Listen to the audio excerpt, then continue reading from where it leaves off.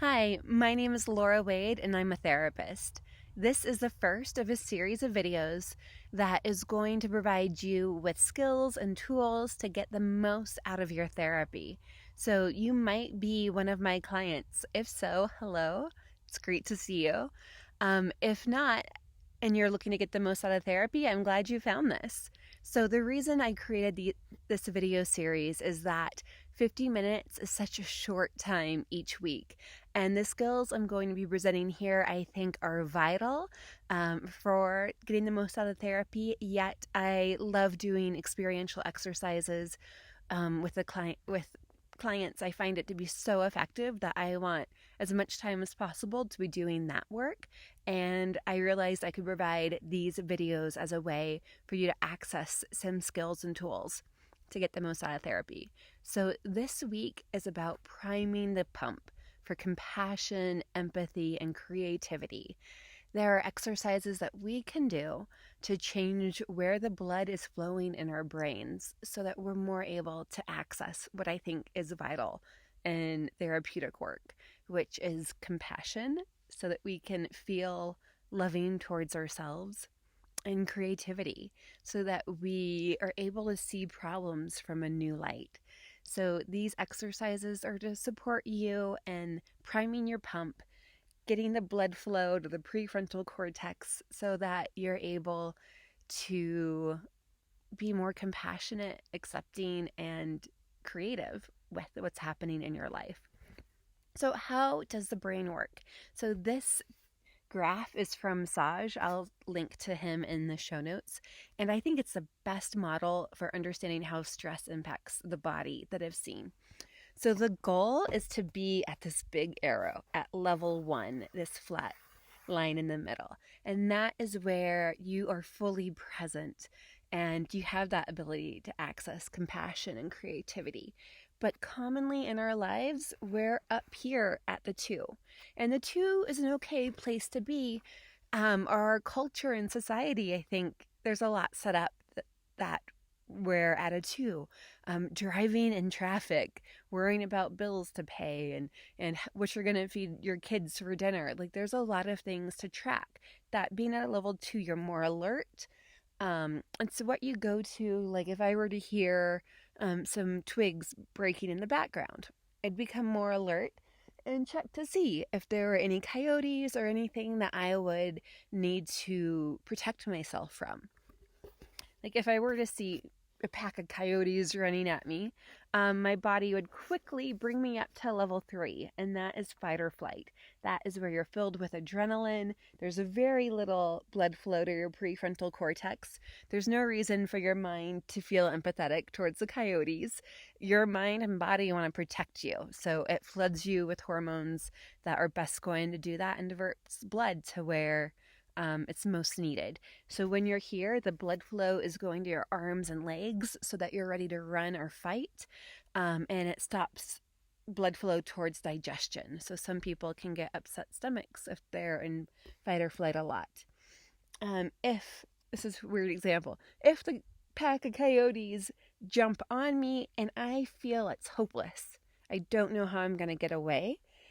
That's when my body is going to protect me and drop me down into a level of dissociation. So the top half of the graph is the fight or flight, the sympathetic nervous system. It's the arousal of the sympathetic. The bottom half of the graph is when you have excessive parasympathetic arousal. So you might check out from your body some. So you feel it's hopeless and you faint. So if you pretend dead, sometimes a predator will leave. And as soon as the predator leaves, you jump back up into fight or flight and are able to protect your body. And then if I really, really feel it's hopeless, that is just very strong dissociation. The body actually releases endogenous opioids here to protect yourself from feeling pain. So the body really wants to keep us safe and protect us. But being at these places isn't the best place to do some therapeutic work. If you're using models, there's some therapies that actually do work down here. But being able to support yourself and getting back to one is actually very important for life. So let's go over some exercises that might be able to support you in doing that. I'm going to provide 3 links in the show notes to 3 other videos that are just exercises that you can watch. But let's do some here. So the first thing I want you to do is notice your breath. And we are going to inhale for 3 and exhale for 7. So this longer exhalation actually communicates to your parasympathetic system that it's okay to relax. So let's practice it now, okay? We're going to inhale and then exhale.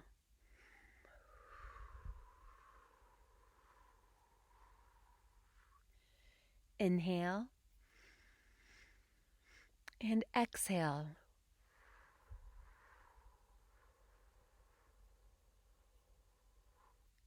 Inhale and exhale.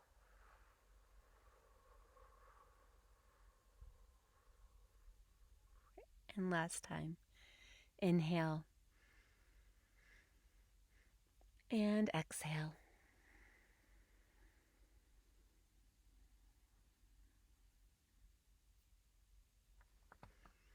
Take a moment to see how you feel in your body.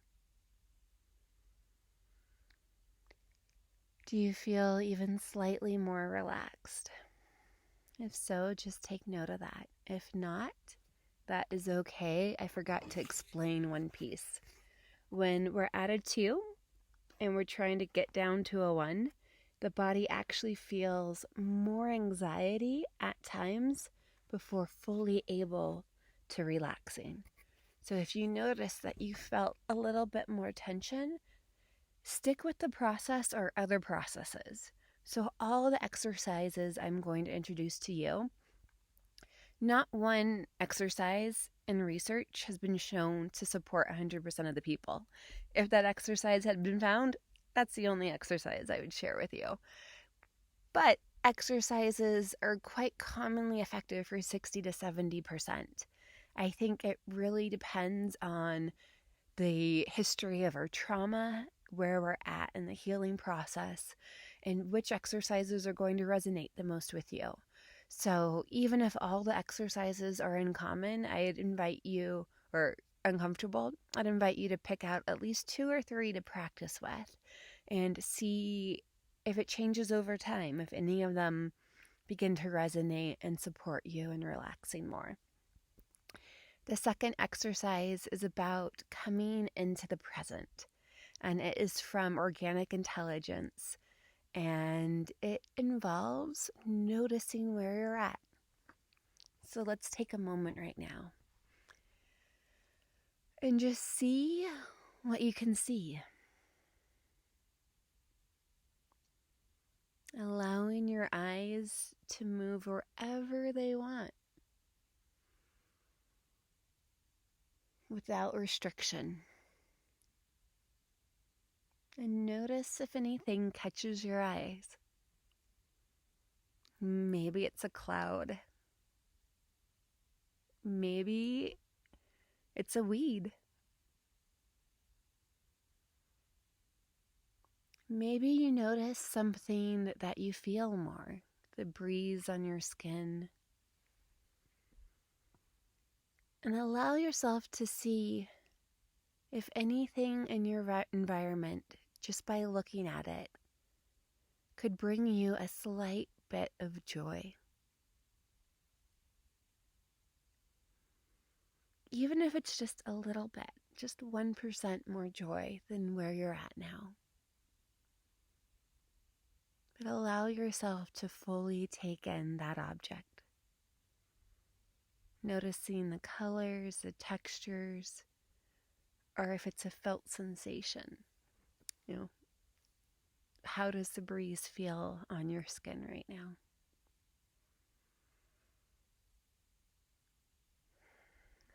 See if you can take that sensation into your body. Maybe it can expand a little bit. Maybe it doesn't want to. But the joy of just seeing whatever object or sensation that you noticed.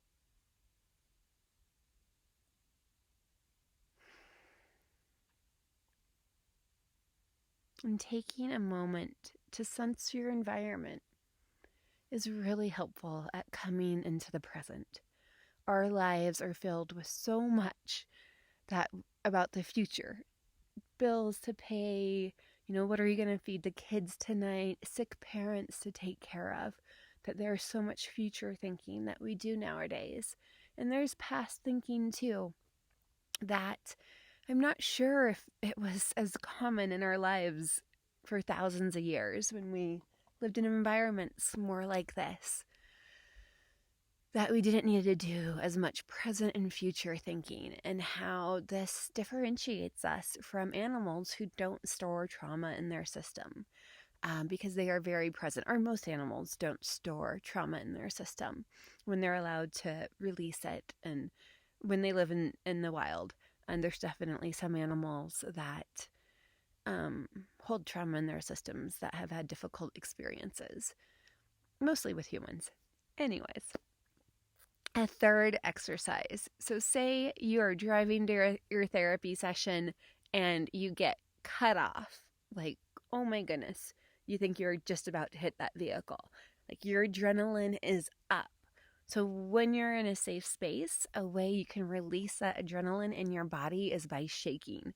So yeah, we're going to do it now. You may have seen your dog at home do this. If the dog gets startled afterwards, they'll shake it off. So yeah, it's shaking. It's just allowing your body to release that energy, allowing your legs to shake, your head to shake, your back to shake, and letting that energy go. And so trying that when you notice that startled energy come up, like the car cuts you off, don't do it while driving, do it when you're parked in the parking lot, but allow that energy to dissipate. And instead, we've been so conditioned to look normal and don't allow that energy to happen. I listened to a first aid trauma class, and it really spoke to allowing the body to discharge. And there was a time when I went flying over my handlebars on my bike and immediately had to get on a bus. And I allowed myself to shake in the seat because that was a scary experience. My body had a lot of adrenaline from that unexpected little flight that I took. The person sitting next to me and the bus probably had no idea what was going on and thought it was quite strange. But for me, I believed that allowed me to have less fear the next time, I got off that bus and it was time for me to get back on my bike, that I was able to do so without holding on to that past experience or without holding on to it as much.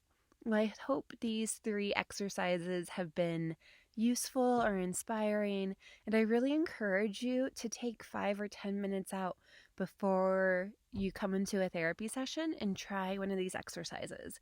I would love to discuss with you what came up for you during the exercise. Were you able to notice any shift in your body and feel more relaxed or regulated or calm?